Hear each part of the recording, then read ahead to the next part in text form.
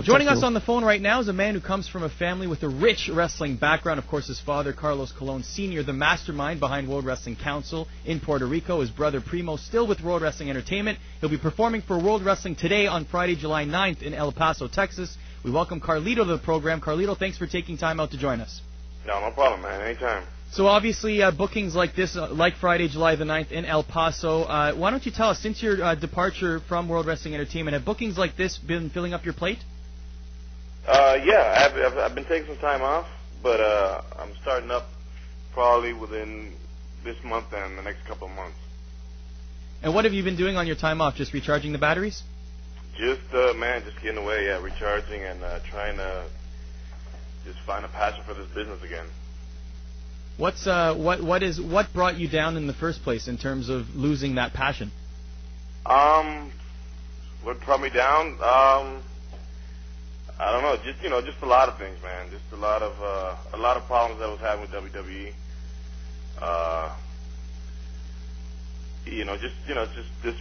Just part of the business, you know. Would you say that, I don't want to harp too much on this, obviously, because I want to focus on the positives, but would you say that your split with the company was amicable? Is the door open for a return, or is that not something you're interested in? Maybe. I think they're a little mad at me, but, I've been asking for my release for a long time.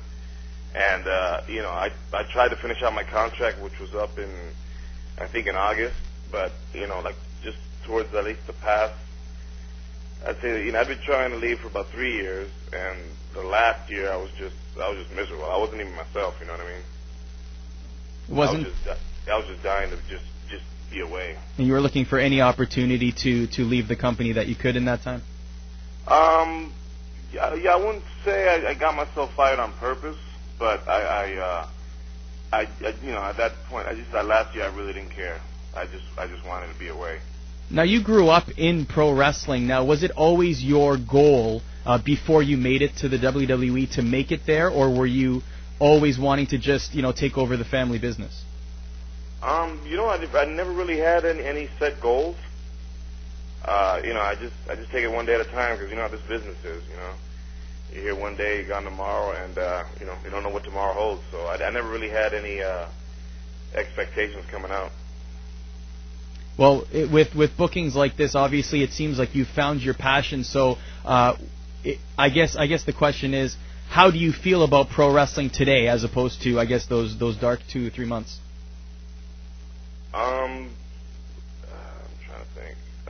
Hopefully, yeah, I'm a little just disgruntled with the business because, I don't know, contrary to what a lot of people said, I actually have a lot of passion for the business, you know what I mean?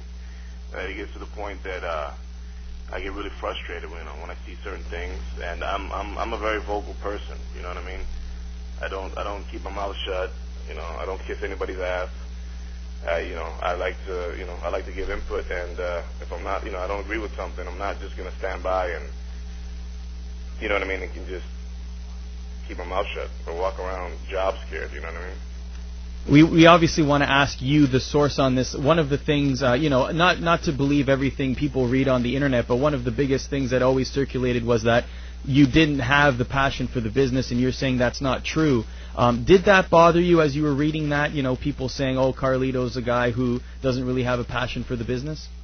No, it didn't really bother me. I really don't care what people think. I just don't know where I got it from. I think maybe it was when they turned me babyface. And I refused to be a babyface, so I guess maybe they took it as I wasn't, you know what I mean? That was never, I just don't see myself as a babyface, and I just, I refused to do it. It wasn't that I was being lazy, it was just, that's not me, you know what I mean?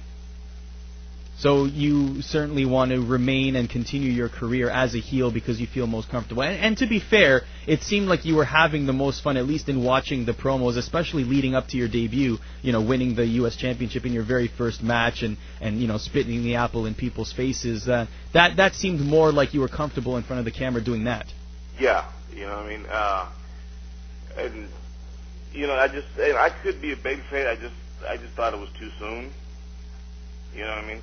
And but yeah, normally I feel more comfortable as a heel. And is that going to be, like, in the future with any company that approaches you, is that something that you're going to be very strong about, saying, you know what, I just feel like my talents are better suited as a heel for your company? I'll let them know. You know what I mean? Of course, in the end, it's their business. And I'm not what do you call it? Biggest office guy, but I do what I'm told. You know what I mean? I might not be happy about it, but in the end, I realize, it's their business. It's the way they want to do things. But I definitely let them know. You know what I mean? And I think people can see it too. You know what I mean? I'm a way better heel than a babyface. No, I agree with that statement. I mean, it like I said, it seemed like you were very natural playing the role of a heel. Not to say that you are a bad person. It's just that you excelled in that role. But in terms of the future, it seems like you're at least on the path to rediscovering your passion for the business, staying as a heel. Do you feel like, like we did mention WWE, but do you feel like there's other options for you? Do you feel perhaps TNA is a place you'd like to explore? I mean, yeah, I'm open to whatever. You know what I mean? I'm listening to offers, and whatever the best offer is. And the main thing is, my main problem with WWE is I didn't want to spend my prime years doing nothing. You know what I mean? Towards the, I think the past couple of years it was ridiculous what they were doing with me. You know what I mean? I felt I was totally being wasted.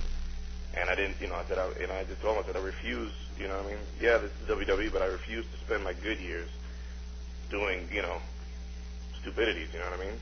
I don't want to be, I don't want to be that old guy always looking for, a chance of keeping the young guys down, you know what I mean? I want to have my run and then give back to the business.